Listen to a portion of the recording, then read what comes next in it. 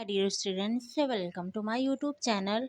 आई hope आप लोग बहुत अच्छे होंगे। तो जैसा कि आज हम क्या पढ़ने वाले हैं, एमसी यानी पीरियड कैसे आता है, फिर उसके बाद जो होती है कौन सा फीमेल रिप्रोडक्टिव ऑर्गन्स होते हैं, ये सारी चीज़ों के बारे में इस वीडियो में कवर करेंगे। लेकिन उससे पहले मैं आपको ये बता देना चाहती हूँ कि हम लोग क्या स्टार्ट किए, बायोलॉजी, और बहुत ही बेसिक से मैंने स्टार्ट किया है। कहने का ये मतलब है, अगर किसी बच्चे को बायोलॉजी नहीं भी समझ में आता, बिल्कुल इंटरेस्ट नहीं होगा, फिर वो क्या करता है, बायोलॉजी को समझ सकता है आसानी से, चीज़ों को क्लियर हो उसे इतना तो विश्वास कि आपको चीज़ें जो समझ में आएंगी ना। तो अगर आप नहीं देखे होंगे उसको तो जाके ज़रूर देखिएगा, ठीक है। और अगर नहीं समझ में आएगा तो फिर इसके बाद मुझे कमेंट में ज़रूर पूछिएगा ना। तो देखिए, हमने बायोलॉजी के बारे में पढ़ा है। कहने का मतलब ये, मैंने यहाँ तक ही पढ़ा है कि बायोलॉजी किस शब्दों से मिलकर बना है, यानी कैसे उसको डिराइव किया गया है, कौन उसको बताया था, उसके बाद उसकी डेफिनेशन क्या होती है, कितने भागों में बांटा गया, उसके साइंटिस्ट कौन है, यानी सारी चीज़ों के बारे में बहुत ही एकदम कहा जाए ना, एकदम बेसिक से मैंने पढ़ाया है बहुत ही अच्छे से। तो आप एक बार जाके देखिएगा और मेरा विश्वास है कि आपको जो है चीज़ें समझ में आएंगी ना। तो देखिए, हमें आज क्या पढ़ना है, बायोलॉजी का एक मोस्ट इंपॉर्टेंट टॉपिक है, मतलब नॉर्मली कह सकते हैं 10th के लिए भी इंपॉर्टेंट है, बाकी 8 में भी आप पढ़ते आ रहे हैं, सही ना। तो क्या है ये आपका, ये मैंने जो बनाया ओवरऑल जो बोर्ड पर बना है, वो क्या है आपका फीमेल रिप्रोडक्टिव सिस्टम क्या है, यानी मादा जनन तंत्र, यानी स्त्री में कौन कौन से जनन तंत्र पाए जाते हैं। तो इसके बारे में मैं इस टॉपिक में, इस लेक्चर में आपको कवर करूँगी और मुझे विश्वास है आपको समझ में आएगा। देखिए, फर्स्ट ऑफ ऑल मैं क्या स्टार्ट करने से पहले मैं बता देती हूँ कि चीज़ों को बहुत ही ध्यान से सुनेंगे तो समझ में आएगा। तो पहले क्या है आपका ओवरऑल, ये क्या फिगर है, फिगर जस्ट लाइक एकदम ऐसे ही होता है। मैं बात करूँ कैसे, इसमें देखिए आपकी ये क्या दिखाई दे रही है, ये जो पार्ट आपको स्वेलिंग वाला दिखाई, थोड़ा सा खाली खाली दिखाई दे रहा है, उसे हम क्या कहते हैं, यूट्रस यानी गर्भाशय कहते हैं, ठीक है। उसके बाद आपका क्या यहाँ से स्टार्ट, ये आपका क्या वेजाइना है, ये आपका क्या है सर्विक्स है। उसके बाद नेक्स्ट ये आपका क्या यूट्रस है। यूट्रस जो होता है 3 लेयर से मिलकर बना होता है, कितने लेयर से, यानी 3 लेयर से मिलकर बना, 3 लेयर से, ठीक है। कौन कौन से, पहला आपका क्या है, इधर देखिए ये जो दिखाई दे रही है आपका क्या है, पेरीमेट्रियम, ठीक है। क्या है आपका, ये पेरीमेट्रियम है। उसके बाद जो आपका ये एकदम एकदम बाहर वाला लेयर, पेरी का मतलब एकदम बाहर वाला होता है।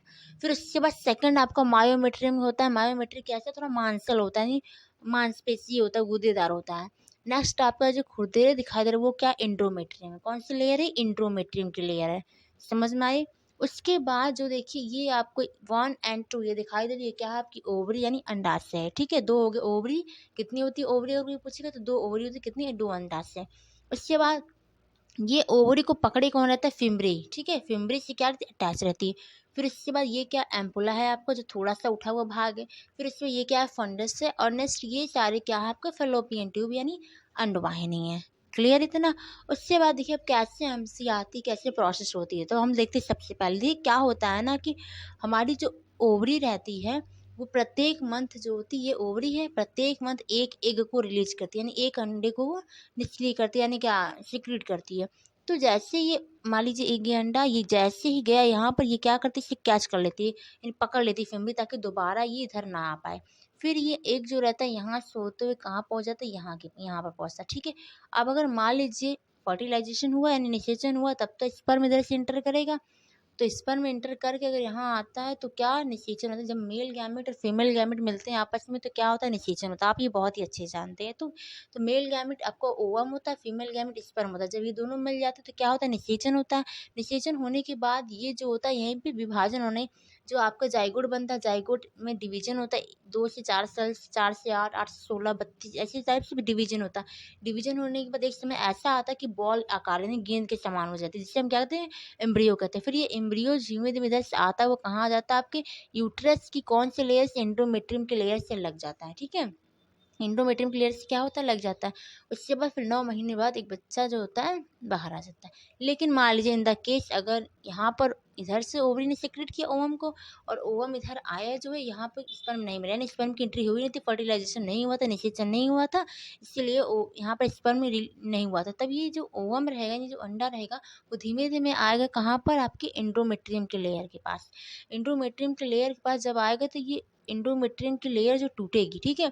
कौन सी लेयर, ये वाली लेयर टूटेगी, और इसके साथ कुछ ब्लड जो होते हैं और जो एग होता है वो बाहर आ जाता है, ठीक है। जिसे हम क्या कहते हैं, एमसी यानी मेंस्ट्रुअल साइकिल कहते हैं, या फिर पीरियड कहते हैं।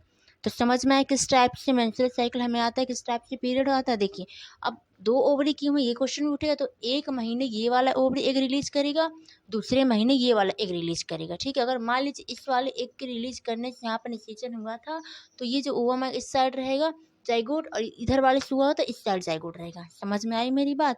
तो मेरा ओवरऑल समझाने का मतलब यही था इसमें कि आपको किसके बारे में समझाना था मुझे, क्या नाम से, एमसी के बारे में, यानी एमसी का फुल फॉर्म क्या था, मेंस्ट्रुअल साइकिल के बारे में समझाना था ना, यानी पीरियड के बारे में, किस टाइप से एक लड़की को पीरियड आता है उसके बारे में मुझे समझाना था। अब मुझे ऐसा लग रहा है कि आपको समझ में आया होगा। अगर आप 1-2 बार इसको पॉज़ करके देखेंगे तो समझ में आपको आ जाएगा ना। 1-2 बार देख लीजिएगा, फिर चीज़ें क्लियर हो जाएँगी। अगर नहीं भी क्लियर होंगी तो मुझे बताइएगा, मैं दोबारा इस पे एक नया वीडियो बनाऊँगी ताकि आपको जो है क्या हो, समझ में आ जाए ना। तो ओवरऑल में यही सब था, किसके बारे में था, आपके फीमेल रिप्रोडक्टिव ऑर्गन्स के बारे में था।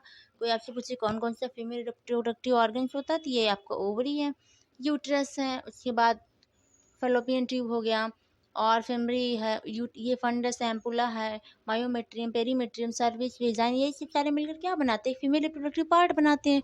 ठीक है, आज मैंने फीमेल रिप्रोडक्टिव पार्ट के बारे में बता दिया। तो न किसी टाइम मैं नेक्स्ट में आपको क्या बता दूंगी, मेल रिप्रोडक्टिव ऑर्गन्स यानी नर जनन तंत्र कौन कौन सी है। अभी ये तो मादा जनन तंत्र के बारे में मैंने बताया, किस टाइप से एक लड़की को, एक लड़की जो होती गर्भवती, किसी ऐसी एक लड़की प्रेग्नेंट होती है, किस टाइप से उसकी एमसी आती है, सारी चीज़ें मैंने क्या हुआ क्लियर कर दिया। अब इसके बाद हम एक दिन क्या बता देंगे आपको, किसके बारे में, नर के बारे में, यानी कैसे किस टाइप से एक लड़की में पाया जाता है, कौन कौन सा तंत्र है ना, किस टाइप से स्पर्म का फॉर्मेशन होता है, कैसे स्पर्म इंटरिंग करती है। तो ये सारी चीज़ें मैं आपको नेक्स्ट वीडियो में बता दूंगी। तो आज के लिए इतना ही। मुझे आशा है कि आपको ये चीज़ें समझ में आई होंगी। अगर नहीं समझ में आएंगी तो भी आप कमेंट में पूछ सकते हो। Okay, thank you so much and again welcome to my YouTube channel.